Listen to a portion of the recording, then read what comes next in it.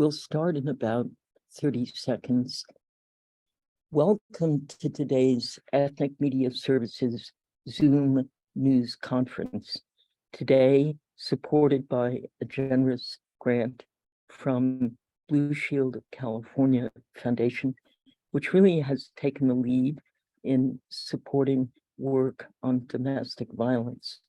We're also doing today in partnership with the California Partnership to End Domestic Violence, a remarkable research advocacy and also youth leadership enterprise working on the issue of domestic violence, and for the purposes of today, working on youth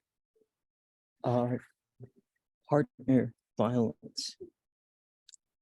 February is Teen Dating Violence Prevention Month. That is a topic that is hard to grasp. Parents worry about teenagers who date, getting into an accident, drinking, taking drugs, staying out too late, mixing with the wrong crowd.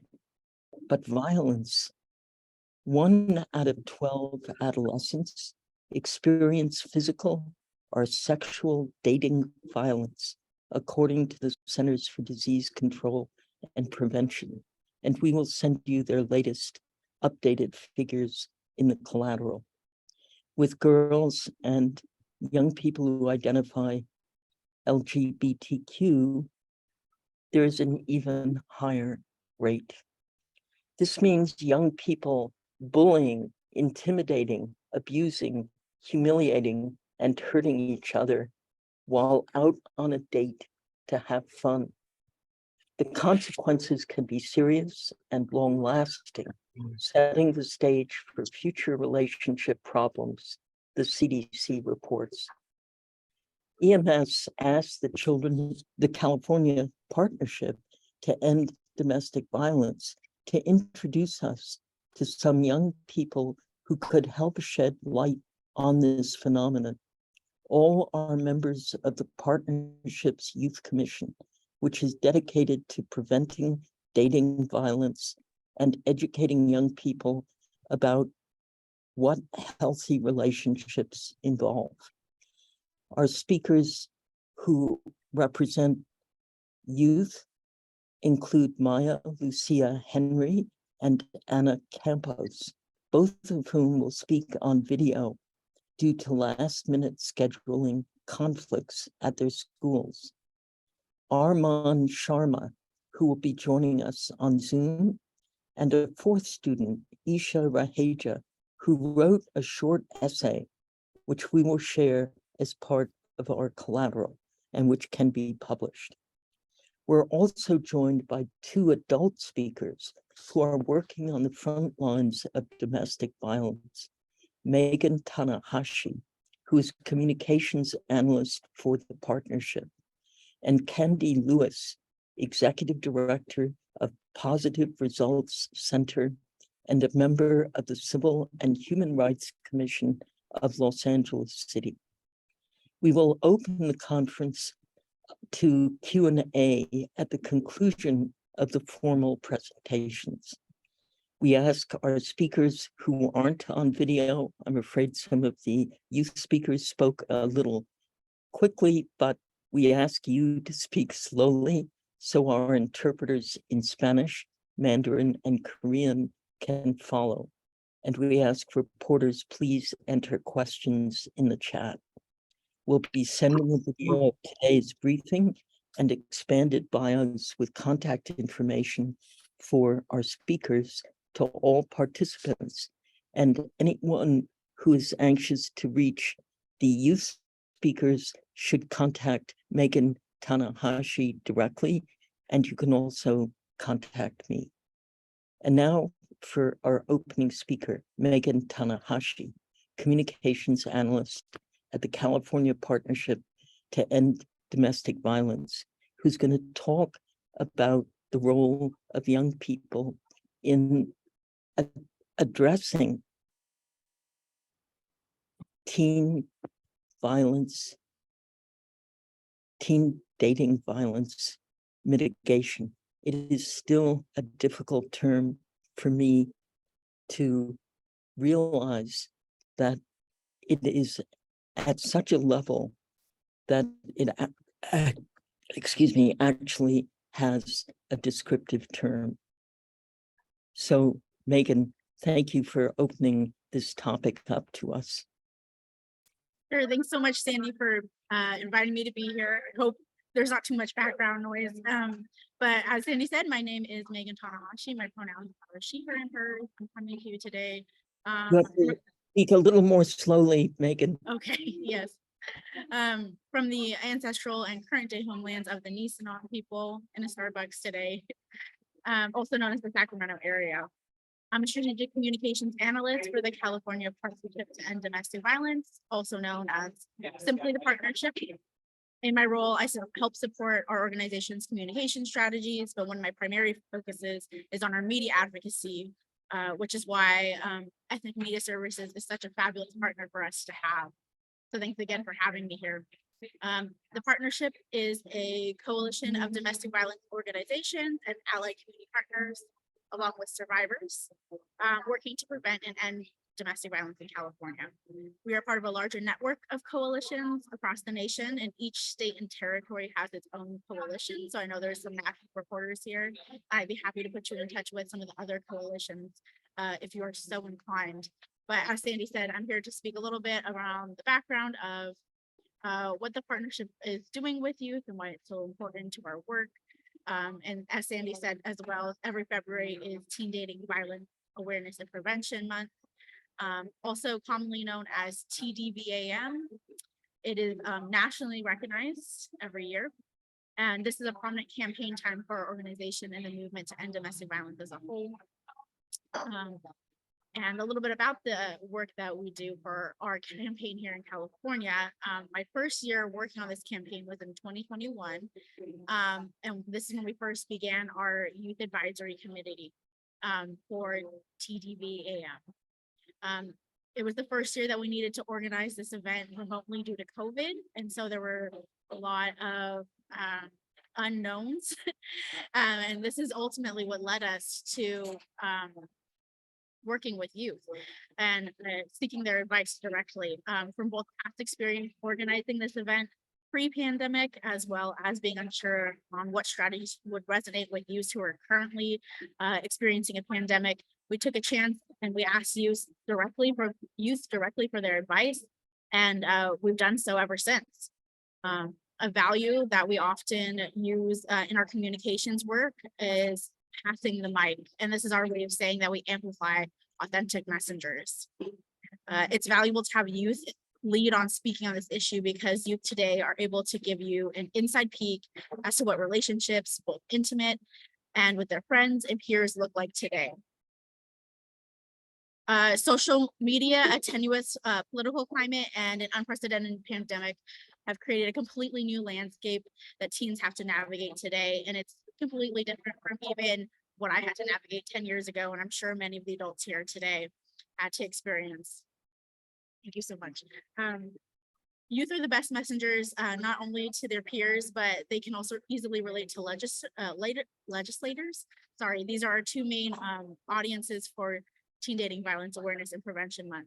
Prevention is a key aspect of both the Awareness Month and our work at the Partnership as a whole. We believe that primary prevention is one of the most effective ways to disrupt the cycle of violence. Peer-to-peer prevention efforts can give youth the tools they need to successfully navigate being in a relationship and stop violence from ever occurring in their lives. This is an important message for legislators to hear because our coalition is constantly advocating for some of these programs to have state funding, which is what Sunita wrote in that article. So thank you, Sunita. Mental health rates for youth are at an all-time high, and new studies also show that young women in particular are at a high risk for experience violence at a young age, particularly sexual violence. And so our budget ask is also in partnership with the Sexual Violence Coalition. And so this work is critical and youth are ready to speak out. They deserve a platform to be heard, which is why the partnership is excited to connect youth to opportunities like this briefing. Thank you. A very quick question, Megan.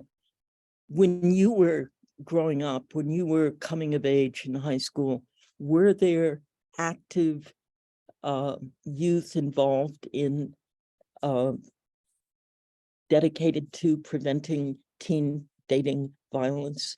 Or is this something that has sort of mushroomed with the problem? Sure, I can speak to my experience. I grew up in a pretty conservative town in Northern California, and we got a GSA club, I think my senior year in What does 2013. GSA mean? Sure, GSA is the Gay Straight Alliance Club. So there weren't a lot of activist clubs on campus, as far as I'm aware, let alone violence prevention ones. So I can't speak to how long some of these programs have been around, because they might have been around in other communities a lot longer, but I know within my community and the high school that I grew up in, not very common. And now would you say it is fairly usual to find such activism going on, at least in major metropolitan areas? Is this a part of the youth activism scene? I would say so. Again, I'm in communications work, so a lot of my work is actually kind of more at an observing level than I think probably Candy's work or a lot of our preventionists are on the front lines doing. But I can speak to the just in general, the generation of Gen Z that I've seen come up behind me and all of the activism that they've done. I think about youth activists like those that took to the streets after the Parkland shooting in 2018, and how that generation is just so much more immediate and quick to jump on a response and say, this is not okay.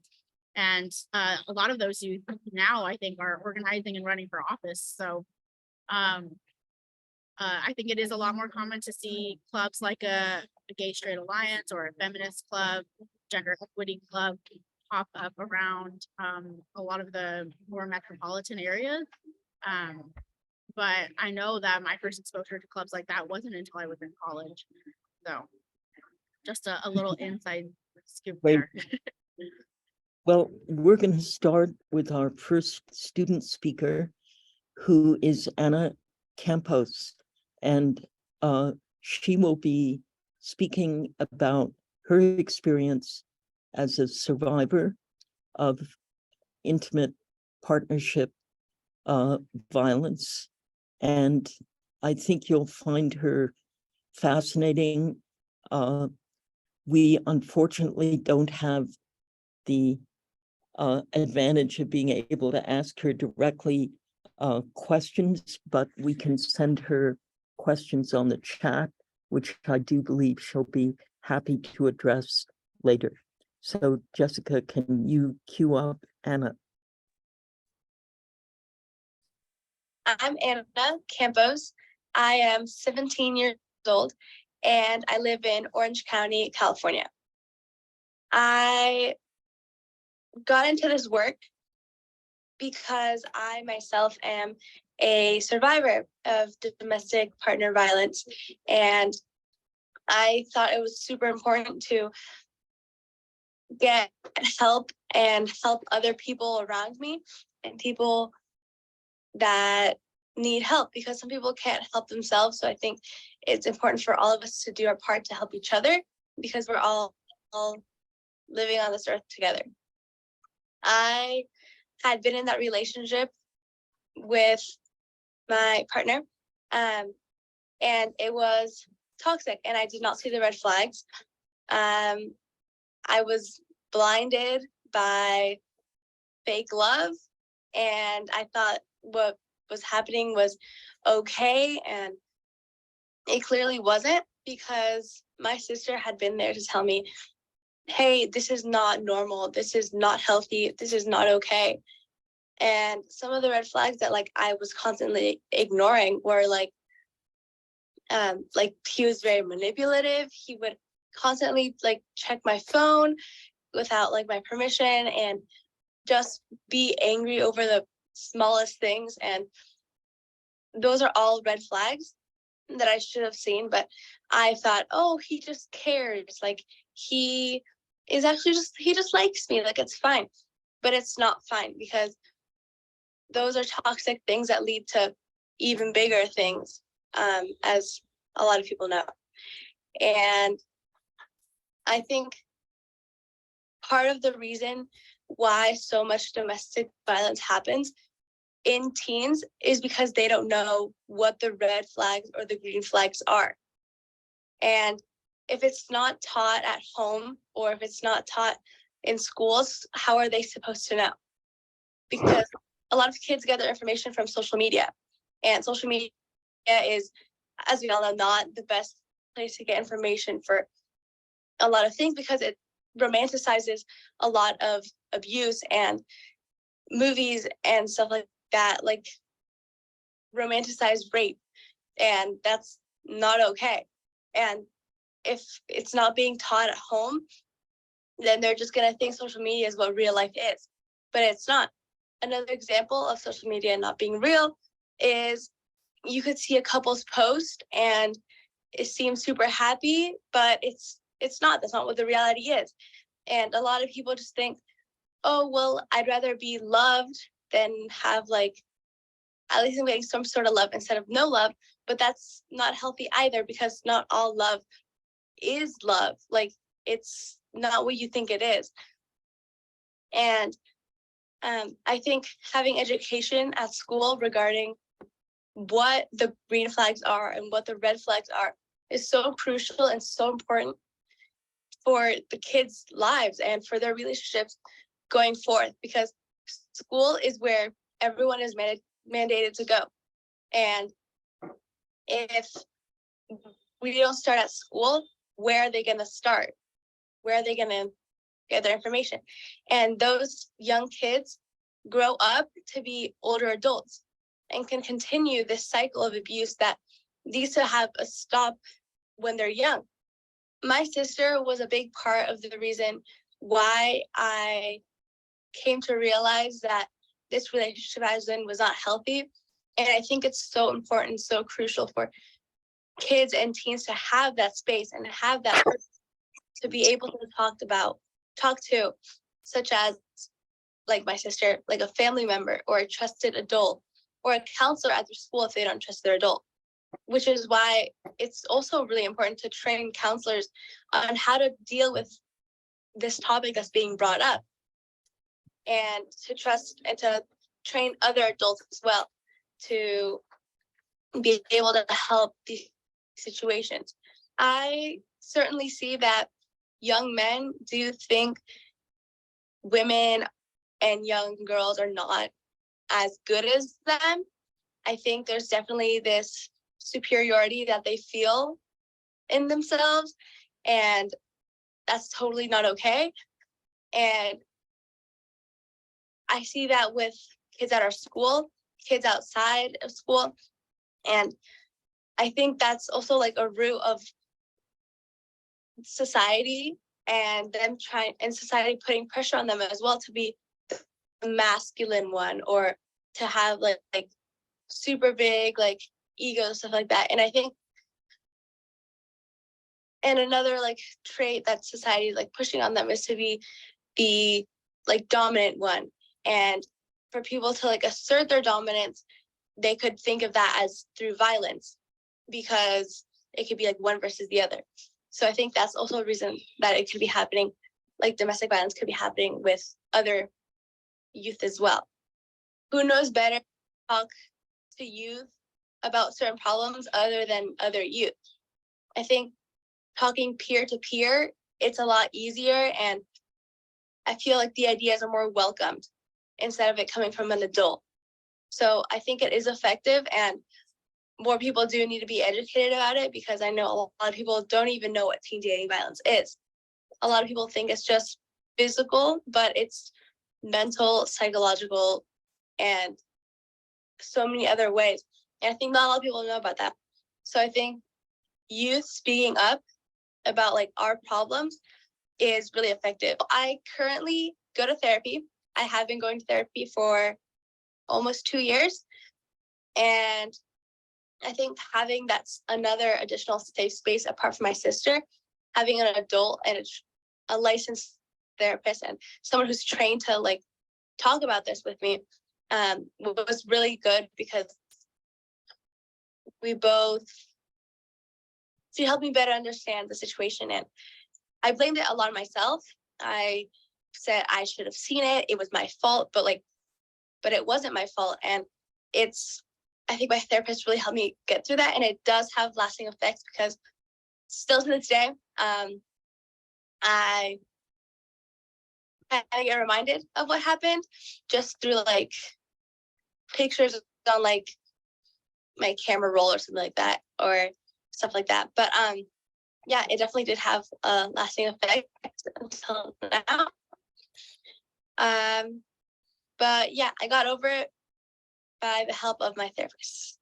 And I broke it off because my sister had told me, like, Anna, this is not good for you. And I did it over text because I did not want to see his face ever again. Okay, that is Anna Campos. Our next speaker is Maya Lucia Henry. Can you set her up on video, Jesse?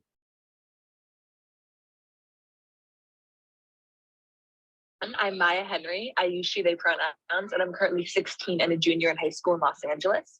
I kind of come today as a youth organizer for Peace Over Violence, which is a prevention and violence recovery center based in Los Angeles as well.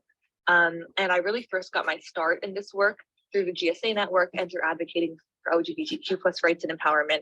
And through there, as I continue to learn about gender-based violence and sexuality-based violence, just continued to want to learn about how we can prevent that violence from ever happening in the first place. Starting at a very young age, I would say maybe at 11 or 12, my friends and I, when we started to take the bus to and from school, we knew without even having to ever really confirm with each other that we were going to pull down our uniform skirts and put on our uniform sweaters when we got on the bus, because we didn't want to have to attract any unwanted attention from grown men, even as 12-year-olds.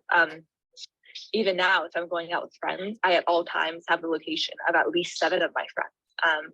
That's something we check, we use it. Unfortunately, at times we've had to let parents know that we could not find their kid. We use the buddy system always. We never leave drinks or food unattended. If we accidentally leave a drink out at a party, we will never drink from it, because without even talking about it, we know that there's danger in that as a teenage girl, especially in such a big city. And I think those are the parts that, I don't love being the teen girl, because I have a lot of fun sometimes, kind of fitting into that community. But there are also things that we never even had to be told. We just could look at the media and we could see stories about girls like us getting spiked and date raped. And then we would go to parties and we would just implicitly know that it was up to us to take steps to prevent that, because there wasn't a framework for the violence to be prevented in the first place. As a queer person, I and my peers are constantly told that it will be a miracle if we find love. And that kind of unhealthy and negative perception that is time and time again thrown into us can only make unhealthy relationships more prevalent. Because if you're constantly being told that you're never going to find love, or you never see examples of healthy, non-abusive love in textbooks, in sex ed classes, on TV, in your favorite novels, and you also are potentially dealing with trauma that oftentimes comes with being from a disenfranchised community like the LGBTQ+ community, it just creates a horrible environment where it's really hard to understand what constitutes a healthy versus an unhealthy relationship. And it also makes it where, should you find yourself in an unhealthy relationship, you might be so scared to leave that relationship, because all you've been told your whole life is that nobody will ever love or accept you as you are. So suddenly the violence seems okay because you're still being loved, but you were told you would never be. I mean, I help run our school's Spectrum Club, which is for the Gender and Sexuality Alliance. There have been people in there who are in 7th grade who are talking about how their first girlfriend or their first boyfriend has mistreated them. And while it might not be physical abuse, it's mental and emotional manipulation and abuse. And that is one of, I think, the worst things to see, because it's someone who hasn't even learned pre-algebra yet. But they're learning what violence is and what it feels like to have it inflicted upon them. Trauma can only lead to more trauma. It just exists in a never-ending cycle where nobody wins and everybody loses. And that encompasses all types of violence, gun violence and physical abuse and partner violence. overuse of drugs or substance abuse. Those all exist in never-ending cycles that just feed into one another and time again and hurt more and more people. And I think it's just one hurt person. It's so much easier to inflict that harm on someone else if they haven't properly healed and they haven't gotten the resources to heal and to better themselves. And when you are kind of given trauma and you're traumatized, if that's all you know, how can you be expected to know what a healthy relationship looks like? So I just think when we're talking about violence, we have to think of it as a cycle and not as something where there's one perpetrator. Because I think that it shifts the blame onto a single person when the blame is really the system and the blame is the never-ending spiral of violence. But just like hurt people, I think healed people have the power to heal people. I think that if one person learns nonviolence and continues to teach that to their friends and their family and their classmates and their peers, that can only do good things for the world. How do you go about healing, helping people heal? I think that comes in a lot of different ways. And for everyone that might look different, but I think in my experience with unlearning certain behaviors and attitudes and stigmas, and also in my work of trying to further what I've learned to others, it a lot of times starts with making the conscious effort to not judge yourself or others. And I think it's very easy to say like, yeah, I'm not judgmental, but to actually sit down with someone who may have inflicted violence on someone else and try and find a place where instead of looking at them and thinking about the violence they've caused, you can think about the potential they have to unlearn that violence and apologize and learn and make right their wrong. I think that can be really helpful. I think a lot of it comes from asking questions, seeing where someone is at, seeing what misconceptions they may have, their dangerous ideas, and then from there working through a restorative justice technique to not only make sure that the perpetrator of the violence learns and apologizes and makes good on what they said they will do to better themselves, but also to make sure that the victim of the violence gets their closure. And if they have anything they need to say or they need further counseling, that they get that. I think that just lecturing at someone and telling them you've done this wrong and this is what you need to do, I don't think that accomplishes much. But I think conversation and really empowering people to take ownership of their actions and then better their actions, I think that is how we can make change. I think I've been able to find joy, absolutely, in some places, but there are also some things that I've never gained back. There are some places, like I know for me, I take the bus to and from school almost every day. That's a place where I've been sexually assaulted more than once. And so that's a place where I don't think joy can ever exist in that space for me. You know, whenever I'm on the bus, that isn't a place I'll ever have earbuds in or read again.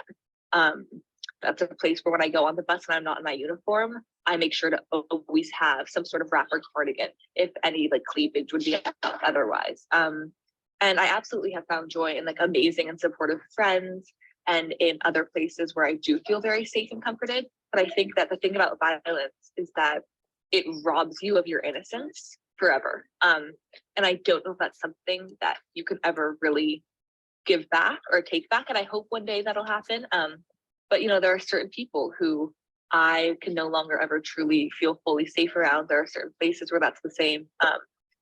But I think I still am able to find joy. And I think that sometimes it just comes from people in similar lines of work or who also really care about this, because I feel like I can talk to them and never be judged because they've been through similar things or they really care deeply about that. I don't know. I think that one of the worst things violence in my personal experience has just been never feeling truly safe again. And I think it's really hard to be joyful without feeling safe. Thank you to both our speakers on video.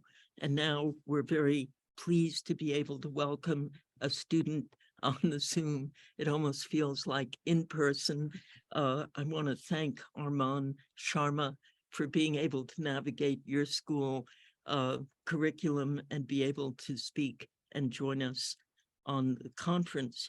You're also speaking as a young man, so that too is of great interest to us on this topic. So Arman, welcome. Thank you so much. Can everyone hear me properly? Okay, perfect. Well, yeah, hello everyone. Thank you so much, Sandy, for setting this up. My name is Arman Sharma, and I'm a high school sophomore at Alcyon Montessori Middle/High School, while also taking courses at Ohlone College in Fremont, California, which is kind of in the South Bay area. I've grown up in Fremont for my entire life in an Indian American household with two parents and an older sister. To contextualize, Fremont today is a pretty big suburb, and more than 60% of its population is Asian. I'm sharing this because this type of diversity has played such an important role in my life. I've grown up around people who look like me, share a lot of the same cultural elements, and face some of the same problems at home, etc. However, unlike a lot of my peers, my parents have given me and my sister quite a bit of independence that have allowed me to explore the arena of prevention work in the first place. Through this work, I've come to see two major issues for many of my South Asian peers in Fremont and beyond. The first is that dating is such a taboo in South Asian cultures. I just went to India this past January. My dad's side of the family, whom we most commonly visit, lives in a village in the foothills of the Himalayas in a state called Himachal Pradesh, which is quite rural if that detail wasn't already conveyed. We hadn't visited since the summer of 2019 due to COVID, so when we went this year, I was much older and was actually able to converse with my teenage cousins there. Unsurprisingly, the topic of dating came up, and a lot of my cousins said they were dating or had dated in the past, but kept it from the majority of their family. Love marriages itself are a novel concept in India, let alone dating. Although Indian parents in America are generally much more open to these concepts, dating and intimate relationships are still something that is so sparsely discussed with youth. The second issue is really an implication of the first, being that the lack of dialogue about relationships or dating leads to the lack of dialogue about problems with these relationships or teen dating violence. Parents are some of the most important people in a youth's lives, if not the most. If parents don't initiate conversation about dating or relationships, or don't create a safe space for discussion, teens A will lack in their education about these topics and will have to turn to other potentially misleading sources, and B will not feel comfortable discussing these topics with parents ever. What then happens needs little clarification. Problems with relationships or teen dating violence will go unchecked, youth will suffer, and cycles of violence will continue. I will, however, say that while I've been framing this as an issue that is specific to the South Asians, which is why organizations like NARCA exist, which has been mentioned in the chat, every parent has work to do, including my own. While my parents have given me and my sister a great deal of independence growing up, they have also shielded us, or at least me, from harder experiences that they wish to only see adults go through. I'm currently enrolled in a school where the high school portion of it has 30 people, I kid you not. And even in elementary and middle school, I went to extremely small schools which were very shielded and protective. I mean, don't get me wrong, attending these small schools definitely has its perks. I've made lifelong friends and know every single person around me. However, it also has its cons, specifically regarding relationships. My parents have repeatedly told me that they didn't want us to go to a bigger school. That they didn't want us to go to a bigger school because they didn't appreciate or like their experiences in high school. However, going to these small schools created a misperception of the rest of the world. It A, introduced me to a very small scope of people so that making connections with others I wasn't constantly around became much harder, and B, underprioritized education about relationships or teen dating violence because it wasn't perceived to be a relevant issue. Here's why those two factors were and continue to be harmful. One, exposure to a limited number of people, and that to a very non-diverse group of people, means that you get used to these same people and live in a sort of bubble. However, when that bubble gets popped, it becomes more and more difficult to engage with others and develop healthy relationships because up until that point, you haven't been introduced to a variety of perspectives. As I've gotten older, I've started to realize the negative impact this environment has had on my ability to make friends with others, especially those who don't have a lot of the same ideologies or opinions that I share, which has personally been really annoying because I'm a people person and I love interacting and socializing with others. The second reason why this is harmful is that, yes, my school is right that they may not see teen dating violence occur on campus or at present. However, they have to realize that high school is not the entirety of life. It does, funnily enough, often serve as a foundation for the rest of life. If you don't have curriculums in high school that prioritize education about relationships, students leaving or graduating will not have the proper foundation, will not have the necessary building blocks to succeed in such relationships. My school has one class in freshman year that briefly mentions relationships called choices. That's a start, but not nearly enough. Insofar as every single person has relationships in their life, regardless if they're ever intimate or romantic, relationships are relevant to every single person. I couldn't say the same about, I don't know, calculus. So I guess why don't we teach about relationships more? I think the answer is pretty simple, and it's that everyone thinks that developing relationships is a natural skill that all humans have. And while that may be true to a certain extent, we can't say that developing healthy relationships is. I mean, if that were true, why do we see 1 in 3 teens in America face some sort of dating violence, whether physical, sexual, emotional, or psychological? So while teaching about relationships may not fall into the conventional norms of schooling in America or let alone anywhere, those norms need to change. And there are a plethora of organizations who are trying to change this, which brings me to the topic of how I got involved in the field of prevention in the first place. Growing up, my mom, aunt, and cousin all worked in organizations like SAVE or Safe Alternatives to Violent Environments or NARCA, both in intervention and prevention work. Therefore, by word of mouth, I always knew that IPV, or intimate partner violence, was always an issue. However, more than that, I saw 3 aspects that were specifically relevant to me that truly pushed me to learn more about this field and be a part of this movement. The first is what has already been touched on.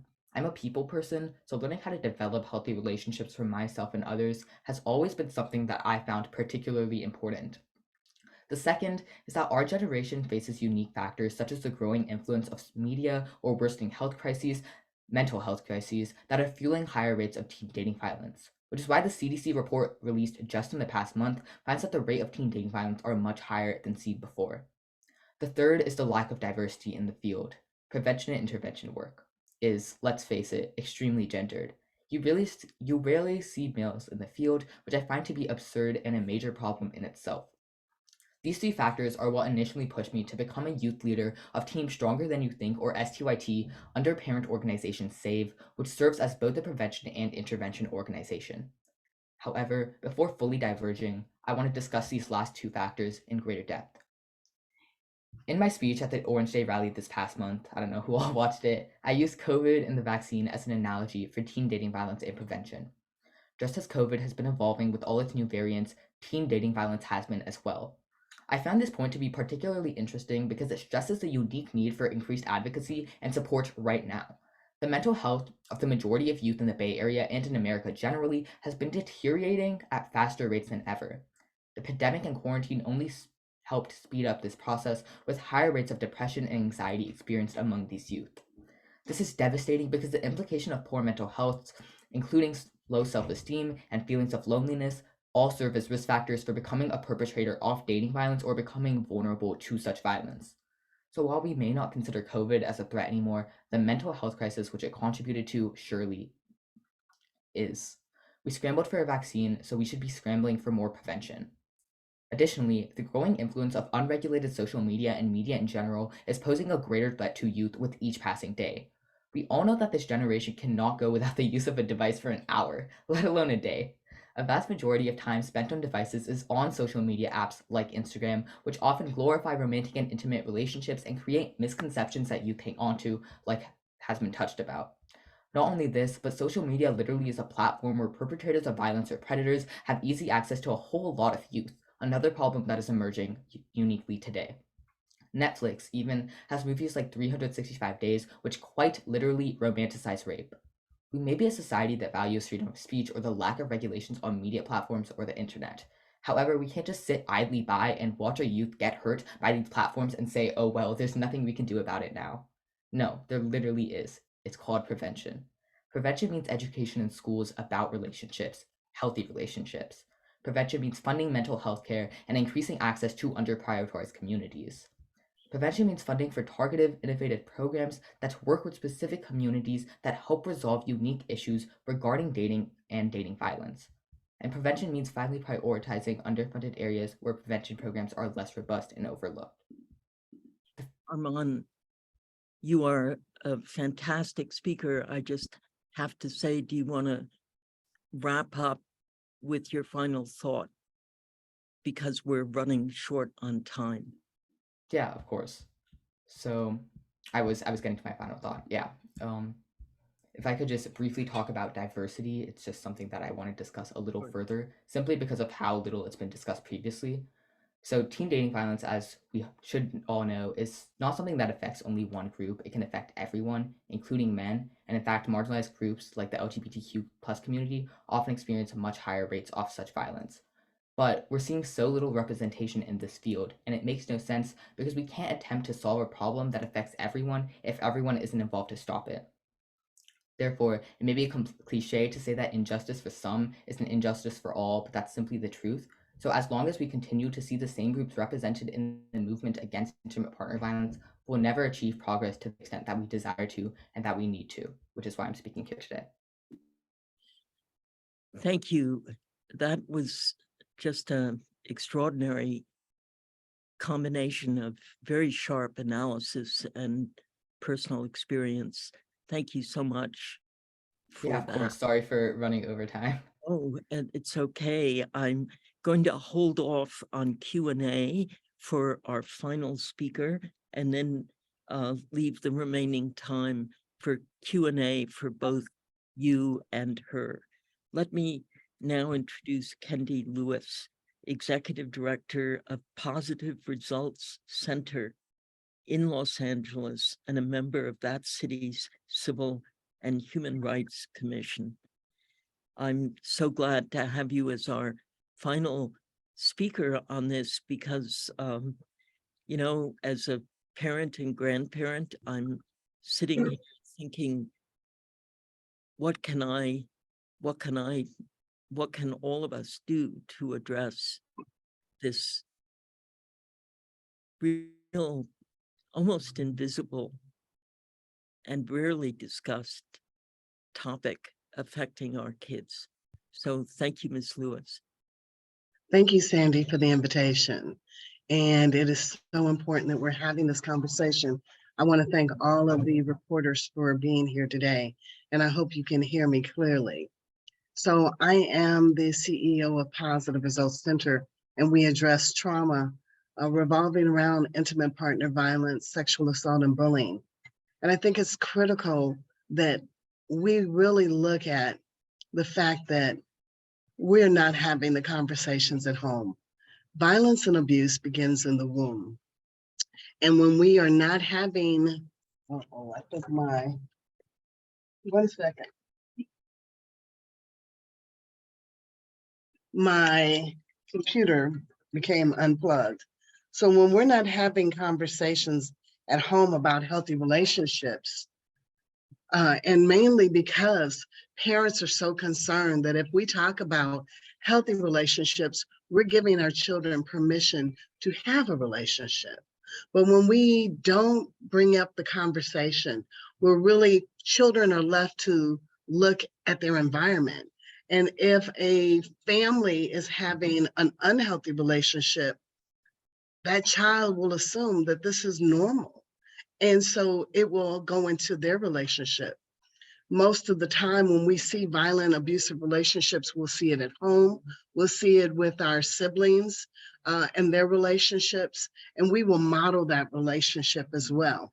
So we have to make sure that we're not only addressing negative conversation or negative behavior in ourselves, but in those that are around us. It's important that we talk to our children about what a healthy relationship is, or if you're in an unhealthy relationship, talk to them honestly about that. Because we are, as people, we want to be loved and we want to be accepted. And so if we're not getting the kind of attention that we need, we will go and seek that negative attention, because the difference between positive and negative attention is nothing. It's still attention. And we're going to get it from wherever we can find it. So the conversation should begin at home. What is a healthy relationship? What is acceptable behavior? What is unacceptable behavior? And if parents are unfamiliar with these conversations, are afraid to have those conversations, they should seek other agencies. They can contact the California Partnership to End Domestic Violence. They can contact me or anyone else. What we do is we work with youth and young adults, and we train them to be peer advocates. And we don't just come up with the ideas, we bring the youth and young adults into the conversation, and we ask them, what do you think is important for people to know? What do you want people to see? Parents also have to remember that the relationships and the way they dated when they were younger is different from today. We don't have the same kind of relationships. As a young girl, I remember my mother and father told me I could not date until I was 16 or 17 years old. Now, I was okay with that, but I saw other people that snuck around, they snuck out windows, they went to school and they dated, and they wouldn't tell their parents that they were dating. So now abuse can happen because your parents don't even know you're dating. And so if they don't know you're dating, you're not gonna tell them about the abuse that you're experiencing. I also want to bring up the fact that television, videos, all social media is showing very unhealthy relationships. They think it's very cute to expose your body, to be in abusive relationships, to even be shared among people. Instead of having a relationship with one person, the music industry is telling you it's okay to be passed around, and that's where a lot of abuse begins as well. I have to give credit to the young people that spoke before. They really touched on this in such a great way. But I'm going to go back to, again, parents, learn to have a conversation with your children from a place of love and acceptance, as opposed to shame and blame. Because once you talk to a child and you're shaming them and blaming them, and not just a child, anyone, people shut down. We're not going to have any kind of conversation or an honest conversation if you are shaming me and blaming me as well.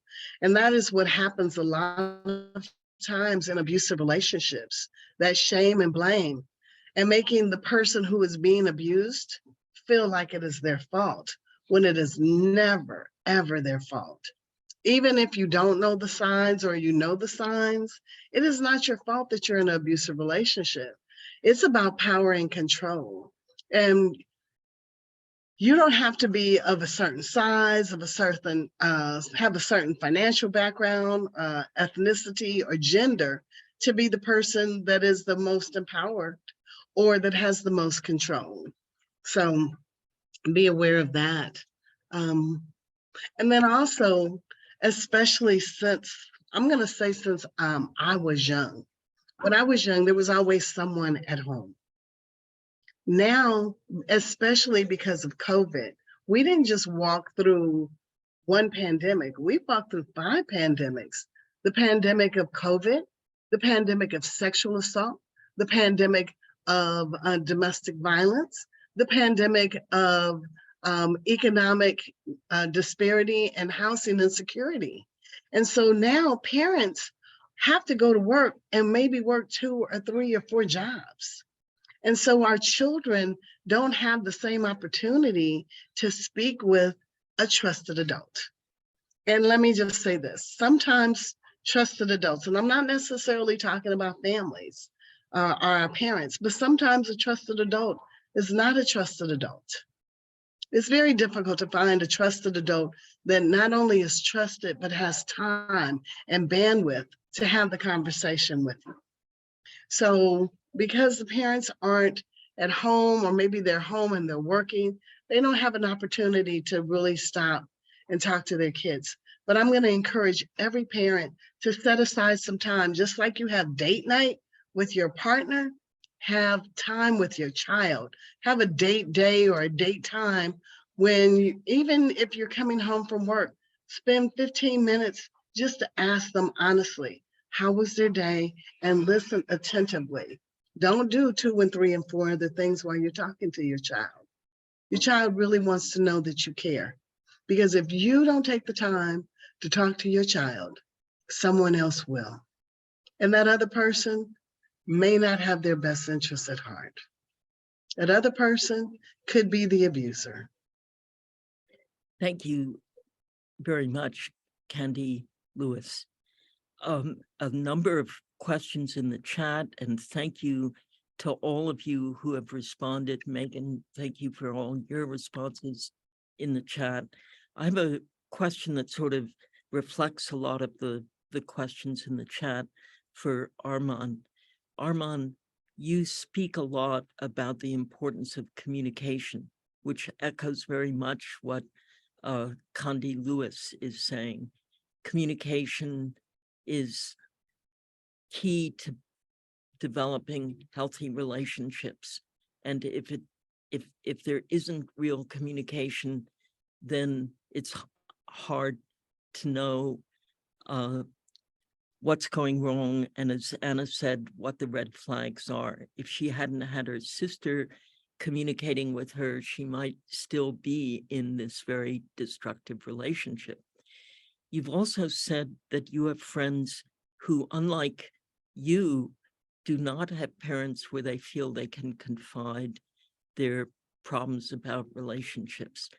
Can you, many of us are reaching audiences that include people like the parents you're describing, where in the cultures and backgrounds many come from, this is a taboo subject, nothing you'd want to bring up in front of a parent, let alone a parent bring up in front of you.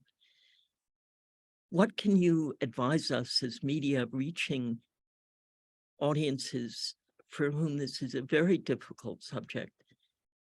How important is it to write about this subject, and how best would you recommend us write about it?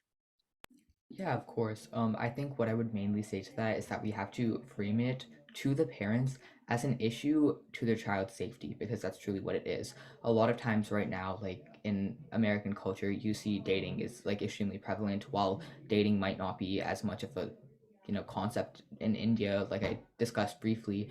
For Indian Americans specifically, it definitely is, because American culture is such an important part of all of our lives. And I think the main problem with that is we're trying to keep elements of elements that kind of suppress, talking about dating or teen dating violence.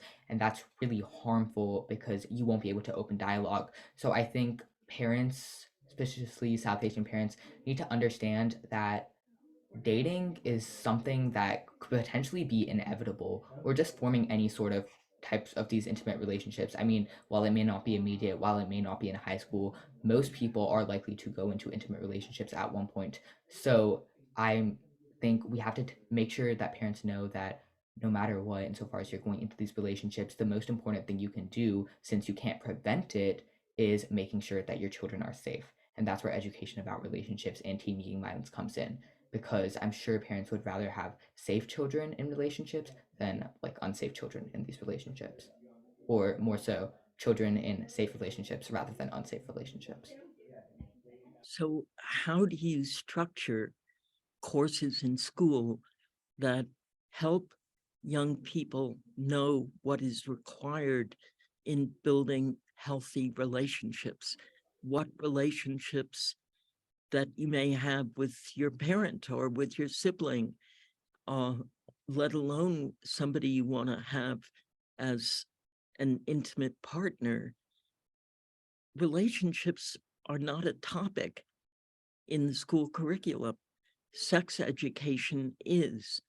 And one of the questions on the chat is, how does the kind of education the three speakers on our Zoom conference are promoting, how does what your work involves intersect with sex education? What is the difference?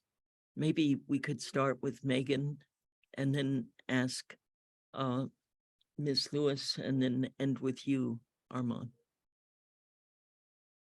I think that Armand made some great points in the chat, but to build on that, sex education is just that, education around sex, and doesn't get into the components of healthy behaviors, healthy interpersonal relationship and communication. And so those are some essential building blocks to creating that foundation that will end the cycle of violence and prevent it from ever occurring in young people's lives. And I think I put also in the chat that the California Healthy Youth Act is a tool that some of our preventionists are using to build relationships with those in schools that are teaching sex ed, to build in this component of speaking on the social emotional factors of a healthy relationship. Anything you want to add, Candy Lewis? Megan's absolutely correct. Sex ed is just sex ed. Now, first off, because of COVID, a lot of schools have actually cut sex ed. So the conversation is not even happening. So there's not a lot of time to even address it. And so we can't look at sex ed as an education or a tool to talk about dating violence. It should, but also most of the time, those that are teaching the sex ed classes are not professionals. They're the teachers, and they're running through that subject like, okay, let me just get done with this. So there's not a lot of time to really have open, honest conversation about a healthy relationship or even a healthy sex relationship. And so again, it's critical that we bring more community-based organizations on campus or provide funding for them to provide these programs and services to everyone, and not just to the youth, but to the educators, because the educators, I'm not sure which one of the speakers said it earlier, they don't know the signs. The signs are different and they change all the time. And it is not, and let me just reiterate this, it is not just physical abuse. There's the emotional, mental, spiritual, financial, medical abuse. And people don't know all of the different signs about this. So let's get the funding up, let's bring the programs on school, let's teach the educators, the parents, and also the youth. We have only 2 or 3 minutes left. Armand, I'm going to let your response in the chat stand and ask the three of you a question in the chat that comes from Anjana, which is really, how has the Supreme Court decision on abortion and the restrictions now placed on abortion affected relationships among teenagers? This is hard for us in California because the impact is not direct, but to the extent that this is a very important question and our audience is national, what can you say about the intersection of the decisions being made around abortion and the importance of healthy relationships and preventing teen dating violence? Yeah, I can speak to that a little bit. The first thing that I would say is a more direct implication that when you decrease abortion access, that means that perpetrators who may be forcing their partner to go through an unwanted pregnancy, that means that survivors of this violence or the partner in this relationship doesn't have the means to get rid or to terminate that pregnancy, which is really harmful because that could absolutely throw off the course of someone's life if it's unwanted. So you have that direct implication. The second is really, this is an attack on women's rights. This is an attack on groups that have constantly been disenfranchised and marginalized, and it is a system that perpetuates the patriarchy, which I wanted to get to in the end of my speech because I think it's very relevant that today we see an additional barrier standing in the way of progress and male involvement, because when you see rulings of abortion, we're just getting, or rulings on abortion rights, we're trying to progress, but we're also getting whiffs of the past that are holding us back. And you see this growing worry regarding toxic masculinity and what's described as alpha male culture, where you see influencers like Andrew Tate to politicians like Donald Trump glorify sexism and misogyny with every word, convey that sexual violence or abuse is cool or manly, and you'd start to pick up on those ideologies and those ideas, so they adopt those traits and continue cycles of violence. So that is a major concern that we have, and the recent ruling on abortion rights just reflects that growing concern that we are having women's rights taken away. We are having like people who can get pregnant, their rights are being taken away, and it's upholding the system where you see one group constantly trying to afflict or put their power on other groups. And this is extremely relevant in the field of teen dating violence, if that helps answer your question. Well, I think that's quite a remarkable answer, but that both Candy and Megan would agree is a very thoughtful and important answer. I want to ask each of you for a final 30-second wrap-up thought on this topic. Again, young people are experiencing a record number of incidents of teen dating violence, and yet it's rarely discussed. Some data suggests it's 1 out of 3 teenagers who report this. The CDC in 2021 reported it was 1 out of 12. So it could reflect the CDC's reporting came pre-pandemic. This could be rising. How urgent do you see this teen dating violence as a real, as Armand says, threat to people's safety? As Maya said, she no longer feels safe, and it's robbed her of that sense of joy that comes when you do feel safe. How urgent is this? And you have 30 seconds because we're now at 3 minutes past the hour. Let's start with Megan, you, but very short. Sure. So in terms of the urgency, I think it's just as urgent as the domestic violence responses that we see, and maybe even more urgent since it's with young folks and this will affect the rest of their lives, as I think Armand has said. Okay, thank you. Good response. Candy Lewis. It is critical. This is a critical situation. The fact is, we are not capturing all data on all of the youth and young adults who have been abused.